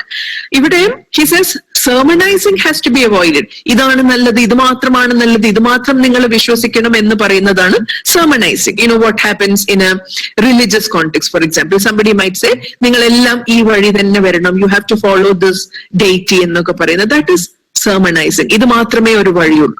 But he says political theatre അങ്ങനെ it cannot make that kind of sermonizing. Objectivity is essential. The characters must be allowed to breathe their own air. അതായത് ഈ കഥാകൃത്തിന്റെ ആവശ്യം അല്ലെങ്കിൽ ideology അല്ലെങ്കിൽ belief മാത്രമല്ല അതിൽ കാണിക്കേണ്ടത്. അത് മാത്രമായാൽ it will not be a literary work. പിന്നെ അതിന് ആർക്കും കാണാൻ ഇഷ്ടമുണ്ടാവില്ല. You might have seen certain television channels, for example. If it conveys only the views of one political party, അതെല്ലാവരും കാണും. ആ പാർട്ടിയുടെ ഫോളോവേഴ്സ് മാത്രമല്ലേ അത് കാണുള്ളൂ. Everyone will not say it. Similarly with a newspaper, with a book, ഒരു പ്രത്യേക ideology അല്ലെങ്കിൽ ഒരു പ്രത്യേക സ്റ്റാൻഡ്, പോയിന്റ് ഓഫ് വ്യൂ മാത്രം അപ്ഹോൾഡ് ചെയ്യുവാണെങ്കിൽ it will be rejected by many people.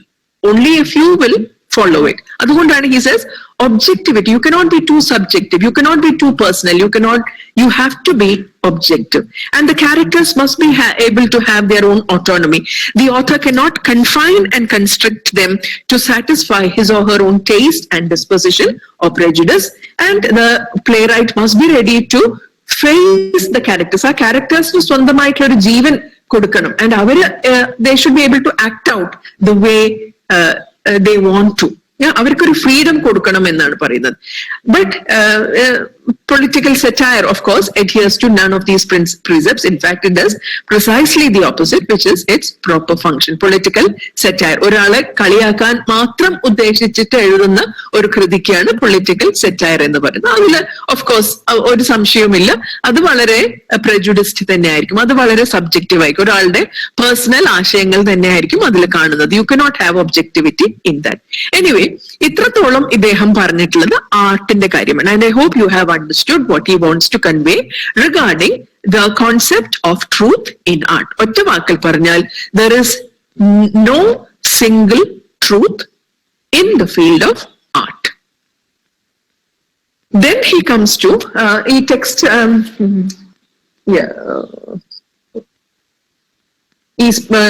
What I have put here on the slide is actually what is given in your textbook.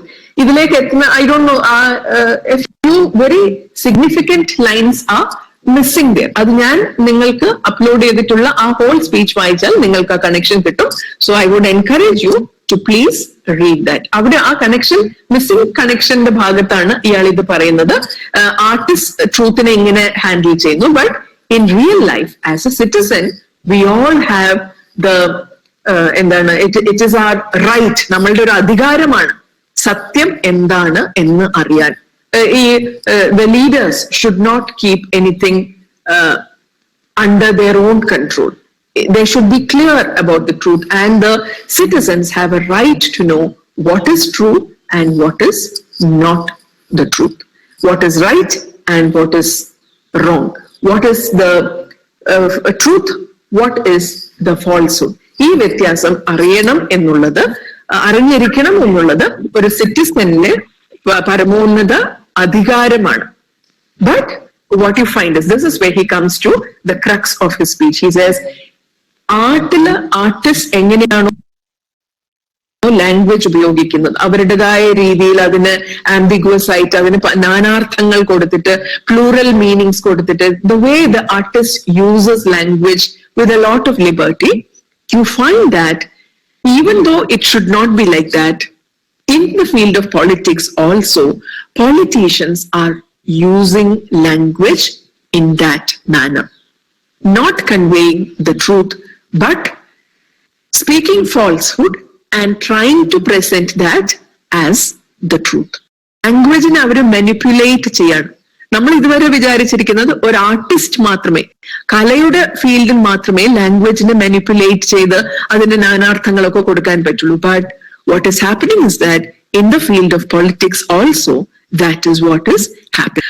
Language as used by politicians does not venture into any of this territory, since the majority of politicians, on the evidence available to us, are interested not in truth but in the maintenance and in power and the maintenance of that power. ഇന്ന് രാഷ്ട്രീയക്കാർ എന്ന് പറഞ്ഞാൽ സത്യത്തിന് വേണ്ടി നിലകൊള്ളുന്ന ആൾക്കാർ എന്നല്ല.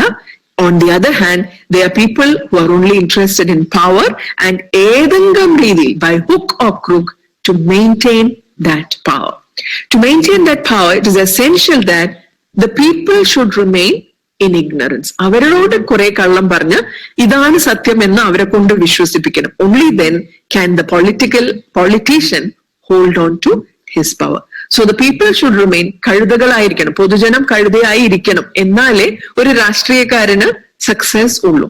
It is essential that the people remain in ignorance, that they live in ignorance of the truth. അവർക്ക് സത്യം എന്താണെന്ന് അറിയാത്ത ആ ഒരു സ്ഥിതിയിൽ അവരെ വെക്കണം. Even the truth of their own lives and what surrounds us. ഇന്ന് നമ്മൾ ചുറ്റിലും നോക്കിയാൽ, he says, ഇത് 2005 കാര്യമാണ്. ഇന്ന് 15 വർഷത്തിന് ശേഷവും I think എവിടെ നോക്കിയാലും, ലോകത്തിൽ എവിടെ നോക്കിയാലും, ഇന്ത്യയിലോ അല്ല എവിടെ, യുണൈറ്റഡ് സ്റ്റേറ്റ്സിൽ നോക്കിയാലും, I think this situation is very valid. What surrounds us, therefore, is a vast tapestry of lies upon which we feed. സത്യം മാത്രമേ ഉള്ളൂ എന്ന ആ ഫീൽഡില് today what you find is only a lot of lies. A tapestry is like a big ഒരു വലിയ painting, ഒരു വലിയൊരു hanging, wall hanging on which you have a lot of things. അവിടെ എന്താണ്, അതിൽ മുഴുവൻ lies മാത്രമേ ഉള്ളൂ, and we are made to feed on those lines. ഞാനിപ്പോ ഒരു 5 minutes നിർത്താം. We'll continue in the next class. As every single person here knows, the justification for the invasion of Iraq was that Saddam Hussein possessed a highly dangerous body of weapons of mass destruction. So he comes now to a very relevant situation in the year 2005. ആ കാലഘട്ടത്തിൽ വളരെയധികം ചർച്ച ചെയ്ത ഒരു കാര്യമായിരുന്നു United States ഇറാഖിന്റെ മേലെ നടത്തിയിട്ടുള്ള bomb ആക്രമണം. അതിന് യുണൈറ്റഡ് സ്റ്റേറ്റ്സ്, അന്ന് ജോർജ് ബുഷ് ആയിരുന്നു president, the justification that he gave to Americans and to the world in general was that ഇറാഖിന്റെ കയ്യിൽ കുറെ weapons of mass destruction ഉണ്ട്. They have many dangerous weapons, which can kill people. Atom bomb nekatlam lethal, dangerous weapons, chemical weapons ഒക്കെ ഉണ്ട് എന്ന് പറഞ്ഞു. He convinced the people, the American president convinced everyone to believe that Iraq has a lot of weapons of mass destruction. Our weapons, they're very dangerous for the world, and therefore, for the welfare of the world, we are going to attack Iraq and kill Saddam Hussein. ഇതായിരുന്നു rhetoric. അപ്പൊ എല്ലാവരും വിചാരിച്ചു ശരിയാണല്ലോ, weapons of mass destruction ഉപയോഗിച്ചാൽ ഈ ലോകം നശിച്ചു പോവില്ലേ, അപ്പൊ പിന്നെ ശരിയല്ലേ, അമേരിക്കയെ പോലെ ഒരു പവർഫുൾ ആയിട്ടുള്ള രാജ്യം ലോകത്തിന് വേണ്ടി, ലോകത്തിന്റെ നന്മയ്ക്ക് വേണ്ടി, for the welfare of the whole world, they should go and kill Saddam Hussein. They should drop bombs on Iraq and destroy Iraq. See how the language was manipulated. See how they used their position of power to convince the people that what they said was the truth. So they made everyone believe that Saddam Hussein possessed a highly dangerous body of weapons of mass destruction, which could be used, and there would be just devastation all over the world. We were assured that that was true. നമ്മൾ എല്ലാവരും അത് വിശ്വസിച്ചു. പക്ഷേ ഇതെല്ലാം നടന്നതിന് ശേഷം എന്ത് പറ്റി? After Iraq was devastated, after Saddam Hussein was killed, അപ്പോൾ naturally ചോദിച്ചു, എവിടെ, where did you find the weapons of mass destruction in Iraq? ചോദിച്ചു എന്നേ ഉള്ളൂ, ഉത്തരം ഉണ്ടായിരുന്നില്ല. Because they could not find, അത്രയും ക്ലെയിം ചെയ്ത മാതിരിയുള്ളൊരു വെപ്പൺസ് ഒന്നും ഇറാഖിന്റെ കയ്യിൽ ഉണ്ടായിരുന്നില്ല. സദ്ദാം ഹുസൈനെ കൊന്നു കളഞ്ഞിട്ടുണ്ടായിരുന്നു. Iraq had been devastated and the United States could not show the world the weapons of mass destruction which they had used as a strategy to convince the people that Iraq needed to be attacked. We were assured that was true, but it was not true. We were told that Iraq had a relationship with Al-Qaeda and shared responsibility for the atrocity for the World Trade September 9/11 destruction. Al-Qaeda responsible ആണ്, and Al-Qaedയും ഇറാഖും തമ്മിൽ ആത്മബന്ധമുണ്ട്, അതുകൊണ്ട് ഇവരെ destroy ചെയ്യണം. നമ്മളൊക്കെ അത് വിശ്വസിച്ചു.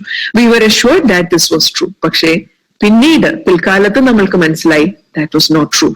We were told that Iraq threatened the security of the world. We were assured it was true, but it was not true. And that the truth is something entirely different. The truth is to do with how the United States understands its role in the world and how they choose to embody it. Appo ee oru point mudal the whole speech is going to be a very strong critique of the United States and its imperialistic policy.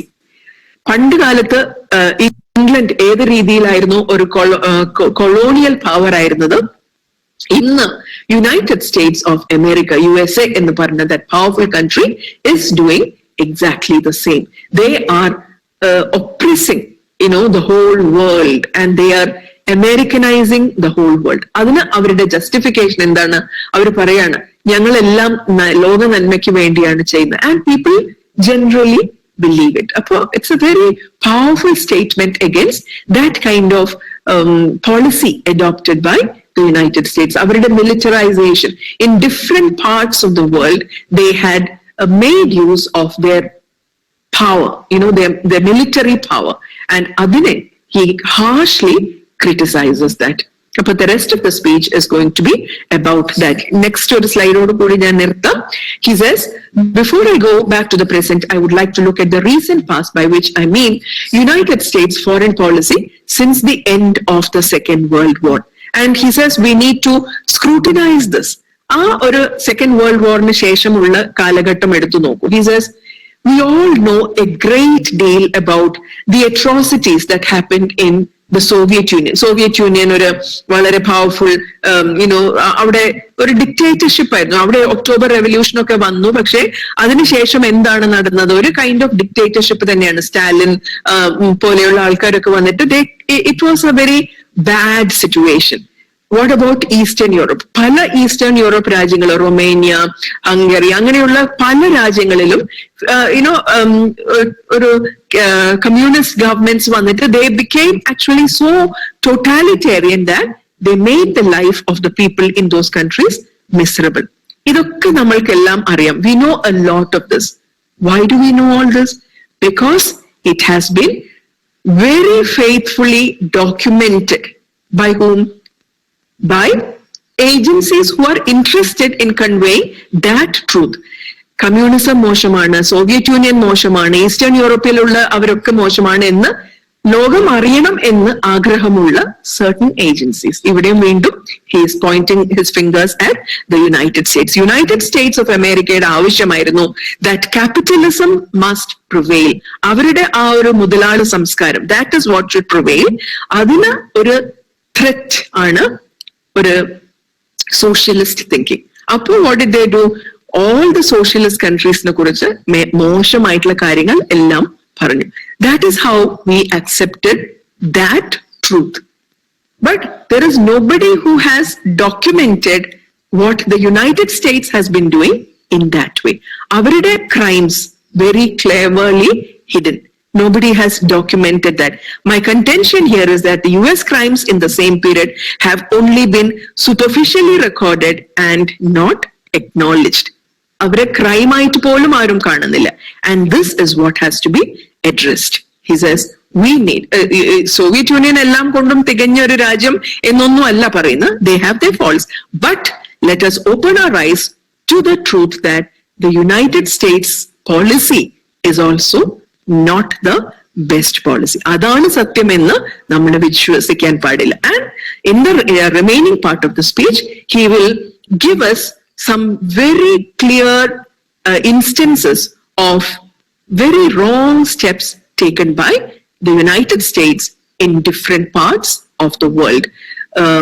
In countries like Vietnam, in countries like Nicaragua and so on. What they did. Adana in the speech in the bhagath parayan pogunnnu. I think we will stop here for the moment. Absurd writer ആണ്. Absurdity നെ പറ്റി ഞാൻ ക്യാമോ എടുക്കുമ്പോൾ കഴിഞ്ഞ ക്ലാസ്സിൽ പറഞ്ഞിരുന്നു. We also had a Nobel Prize acceptance speech by Albert Camus.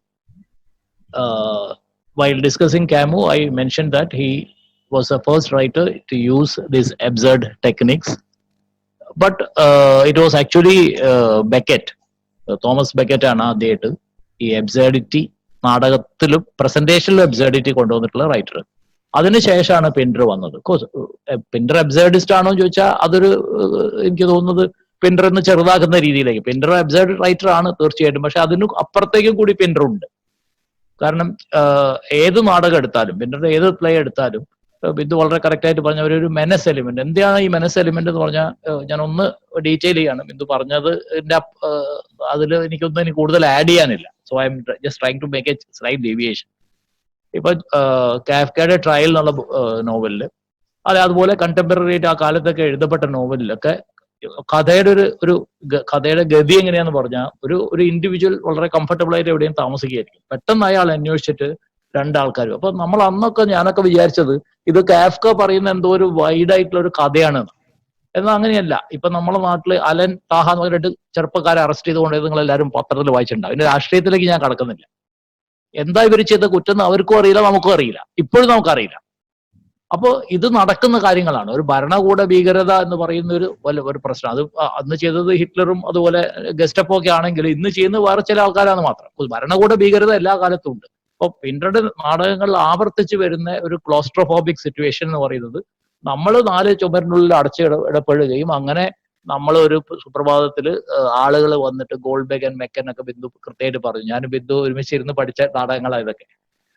അപ്പൊ അതൊക്കെ കാണിക്കുന്നത് ആ ഒരു കാലഘട്ടത്തിനെ കൃത്യമായിട്ട് അടയാളപ്പെടുത്തിയിട്ടുള്ള ഒരു എഴുത്തുകാരനാണ് പിൻഡർ എന്നാണ് എനിക്ക് ആദ്യമായിട്ട് ഫസ്റ്റ് പോയിന്റ് ആയിട്ട് പറയാനുള്ളത്. പിന്നെ നമ്പർ 2, നമ്മൾ ഇന്ന് ജീവിക്കുന്ന കാലഘട്ടം എന്ന് പറയുന്നത് പോസ്റ്റ് ട്രൂത്തിന്റെ കാലഘട്ടമാണ്.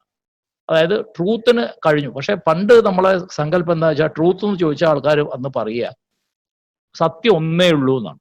ഇതാണ് നമ്മൾ ശീലിച്ചത്. ഞങ്ങളൊക്കെ ചെറുപ്പകാലത്ത് ഞങ്ങൾ ആവർത്തിച്ച് പഠിച്ചത് സത്യം എന്ന് പറഞ്ഞാൽ ഒന്നായിരിക്കും. അത് കണ്ടുപിടിക്കലാണ് നമ്മളെ പണി. ചിലപ്പോൾ അതിന് ഫോൾസ് റെപ്രസെന്റേഷൻസ് ഉണ്ടാവും, പക്ഷെ സത്യം ഒന്നേ ഉള്ളൂ എന്നാണ്.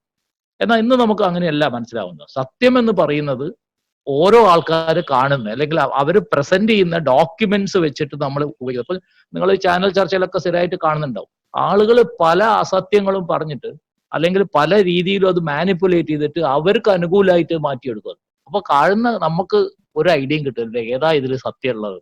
അപ്പൊ മൾട്ടിപ്പിൾ ട്രൂത്തിന്റെ കാലഘട്ടത്തിലാണ് നമ്മൾ ജീവിക്കുന്നത്. പ്രത്യേകിച്ച് ഇന്നത്തെ കാലത്ത് ഈ മൾട്ടിമീഡിയ സോഷ്യൽ മീഡിയ ഒക്കെ ലൈവായി വന്ന സ്ഥിതിക്ക് പല കാര്യങ്ങളും, ഇപ്പോൾ ഒരു ഉദാഹരണമായിട്ട് പറയണ എന്തെങ്കിലും ഒരു ഇൻസിഡന്റ് ഉണ്ടായാൽ അതിന്റെ ഒരു വീഡിയോ ഇറങ്ങും. ഈ വീഡിയോ വേറെ ഏതെങ്കിലും വീഡിയോ ആയിരിക്കും. നമ്മൾ അതിനെ ഈ രീതിയിലേക്ക് വ്യാഖ്യാനിച്ചിട്ട് ഇടുമ്പോൾ കാണുന്ന കുറെ ആൾക്കാർ വിചാരിക്കും ഇതാണ് ശരിയെന്ന്. പല അക്രമങ്ങളും ഉണ്ടാവുന്ന അങ്ങനെയാണ്. നമ്മുടെ നാട്ടിലൊരു ഇൻസിഡന്റ് ഉണ്ടായി, പോലീസ് വെടിവെപ്പിൽ 10 ആൾ മരിച്ചു എന്നൊരു ന്യൂസ് അടിച്ചുവിടും. അപ്പൊ ആൾക്കാർ വയലന്റ് ആവും. അപ്പൊ ഇതുപോലുള്ള പല വീഡിയോ നിങ്ങൾ കണ്ടിട്ടുണ്ട്. അപ്പം TV-ലൊക്കെ പ്രധാനമായിട്ട് 24-ലൊക്കെ ചാനലിലൊക്കെ എപ്പോഴും രാവിലത്തെ ന്യൂസിൽ കാണാം ഇന്നത്തെ ഫേക്ക് വീഡിയോസ് എന്തൊക്കെയാണെന്നുള്ളത്. അപ്പൊ സത്യവും അസത്യവും തിരിച്ചറിയാൻ പറ്റാത്ത ഒരു കാലഘട്ടത്തിലെ ജീവിതം. അതിന് ടിപ്പിക്കൽ എക്സാമ്പിൾ പിന്തുടർ എടുക്കുന്നത് അമേരിക്കയുടെ ഇറാഖിലുള്ള ഇടപെടലാണ്. കാരണം ഞാനങ്ങനെ മതത്തിനെ കുറിച്ച് പറയല്ല, എന്നാലും ഇസ്ലാം മതം ഏറ്റവും റാഡിക്കലായിട്ട് പ്രാക്ടീസ് ചെയ്തിട്ടുള്ള ഒരു രാജ്യമായിരുന്നു ഇറാഖ്. സൗദി അറേബ്യയെ പോലത്തെ തീരെ കൺസർവേറ്റീവ് ആയിട്ടുള്ള ഒരു ഇസ്ലാം ആയിരുന്നില്ല ഇറാഖിൽ ഉണ്ടായിരുന്നു. ഇറാഖിൽ ശരിക്കും പറഞ്ഞാൽ പർദ്ദയൊന്നും നിർബന്ധമല്ല, അങ്ങനെ കുറെ ഒരു റാഡിക്കൽ ആയിട്ടുള്ള ഒരു ഇസ്ലാം ആയിരുന്നു ഇറാഖിൽ ഉണ്ടായിരുന്നു. ഒരു പക്ഷേ സദ്ദാം ഹുസൈനെ പോലത്തെ ഒരാള് വളരെ റാഡിക്കൽ ആയിട്ടുള്ള ആളായിരുന്നു. അതായത് മതപരമായിട്ടുള്ള പരിവർത്തനങ്ങൾ ഏറ്റവും അധികം നടന്നൊരു രാജ്യമാണ് ഇറാഖ്. ശരിക്കും പറഞ്ഞാൽ അമേരിക്ക അറ്റാക്ക് ചെയ്യേണ്ടത് കൺസർവേറ്റീവായ സൗദി അറേബ്യനാണ്. പൊളിറ്റിക്കലി പറഞ്ഞാൽ, ഞാൻ സൗദിക്ക് എതിരായിട്ട് പറയല്ല, അല്ലെ എനിക്ക് സൗദി അറേബ്യയോട് പ്രത്യേകിച്ച് വിരോധമൊന്നുമില്ല. ഞാൻ പറയുന്നത് കൺസർവേറ്റീവ് ആയിട്ടുള്ള അമേരിക്ക ജനാധിപത്യ പുരോഗമന രാജ്യമാണെങ്കിൽ കലാപരമായ രീതികൾ ഉപയോഗിച്ച് രാഷ്ട്രീയത്തെ വളച്ച് സത്യത്തെ വികൃതമാക്കുന്ന ഒരു രീതിയാണ് ഇന്ന് ആൾക്കാർ പ്രാക്ടീസ് ചെയ്യുന്നത്. ഇന്ന് കേരളത്തിലും ഇന്ത്യയിലൊക്കെ ഇലക്ഷൻ സമയത്തൊക്കെ നിങ്ങൾ ഈ കാണുന്ന പല വീഡിയോസും ഫേക്ക് ആയിരിക്കും, പല സാധനങ്ങളും ഫേക്ക് ആയിരിക്കും. നമുക്കത് അറിയാനുള്ള മാർഗം ഉണ്ടാവില്ല. നമുക്ക് എത്ര പേർക്ക് ഇതിന്റെ സോഴ്സ് പോയിട്ട് ഇത് ഒറിജിനൽ ആണോ എന്ന് അന്വേഷിക്കാൻ പറ്റില്ല. അപ്പൊ ഈ സാധനം ഇറക്കി വിട്ട് കഴിഞ്ഞാൽ ആളുകൾ അത് വിശ്വസിക്കും. അപ്പൊ ഗീബൽസിനെയാണ് സത്യത്തിൽ ഇതിന് നന്ദി പറയേണ്ടത്. ഹിറ്റ്ലറുടെ PR ആയിരുന്നു ഗീബൽസ്. അദ്ദേഹത്തിന്റെ തിയറിയാണ് ഒരു നുണ 100 പ്രാവശ്യം ആവർത്തിച്ചാൽ സത്യമാവുന്നത്. വളരെ കറക്റ്റാണ്. അപ്പൊ ഒരു നുണ നമ്മൾ ആവർത്തിച്ച് ആൾക്കാർ പറഞ്ഞു കഴിഞ്ഞാൽ അത് സത്യമായിട്ട് വരുന്ന ഒരു അവസ്ഥയെ പറ്റിയിട്ട് അതിന് ഒരു കലാപരമായിട്ടും രാഷ്ട്രീയപരമായിട്ടുള്ള ഒരു വ്യാഖ്യാനം കൊടുക്കുകയാണ് ആക്ച്വലി പിന്റർ ചെയ്യുന്നത്. നിങ്ങൾ കുട്ടികളോട് എനിക്ക് പറയാനുള്ളത്, നിങ്ങൾ ഞങ്ങൾ പറയുന്നത് കേട്ട ഈ സാധനങ്ങളൊന്നും നിങ്ങൾക്ക് പരീക്ഷയ്ക്ക് എഴുതാൻ പറ്റില്ല. ഇതൊക്കെ ഞങ്ങൾ ആമുഖമായിട്ടോ അല്ലെങ്കിൽ നമുക്കൊരു ഇതിനെപ്പറ്റി ഒരു ചർച്ചയിലൊക്കെ പറയുന്നതാണ്. ഇത് നിങ്ങൾക്ക് റെലവെന്റ് ആയിട്ടുള്ള പോയിന്റ് ആണോ എന്ന് വെച്ചാൽ അല്ല. നിങ്ങൾ ചെയ്യേണ്ടതെന്ന് വെച്ചാൽ ഈ ടെക്സ്റ്റ് കഴിഞ്ഞു കഴിഞ്ഞാൽ, നാളെ അടുത്ത ആഴ്ച എങ്കിൽ അത് കഴിഞ്ഞു കഴിഞ്ഞാൽ ഇമ്മീഡിയറ്റ്ലി നിങ്ങൾ ഇതിനൊരു ചെറിയ സമ്മറി ഉണ്ടാക്കണം. ചെറിയ സമ്മറി ഞാൻ പറഞ്ഞത് ഇതിലുള്ള മെയിൻ പോയിന്റ്സ് എന്തൊക്കെയാണ് ചർച്ച ചെയ്യുന്നത്, ആ പോയിന്റ്സിന്റെ ഒരു ചെറിയ നോട്ട് ഉണ്ടാക്കിയിട്ട് അതാണ് നിങ്ങൾ പരീക്ഷയ്ക്ക് എഴുതേണ്ടത്. അല്ലാതെ നമ്മൾ ഈ പറഞ്ഞ ആശയങ്ങളൊന്നും നിങ്ങൾക്ക് പരീക്ഷയ്ക്ക് എഴുതാൻ പറ്റില്ല. പക്ഷെ ഇത് ഈ ഞാൻ ഇപ്പൊ പറഞ്ഞ കാര്യങ്ങൾ ഈ ടെക്സ്റ്റ് വായിക്കുമ്പോൾ അതിനൊരു ലാർജർ ആയിട്ടുള്ള ഒരു കോണ്ടെക്സ്റ്റിൽ നിങ്ങൾക്ക് വെച്ചിട്ട് മനസ്സിലാക്കാൻ പറ്റും. ഇത്രയാണ് ഈ ഇൻട്രൊഡക്ഷൻ കൊണ്ട് ഞാൻ ഉദ്ദേശിക്കുന്നത്. അല്ലാതെ ഇത് ഈ പോയിന്റ്സ് ഒന്നും ചിലപ്പോൾ നിങ്ങൾക്ക് പരീക്ഷയ്ക്ക് നേരിട്ട് എഴുതാൻ റെലവെന്റ് ആയിക്കൊള്ളുന്നില്ല.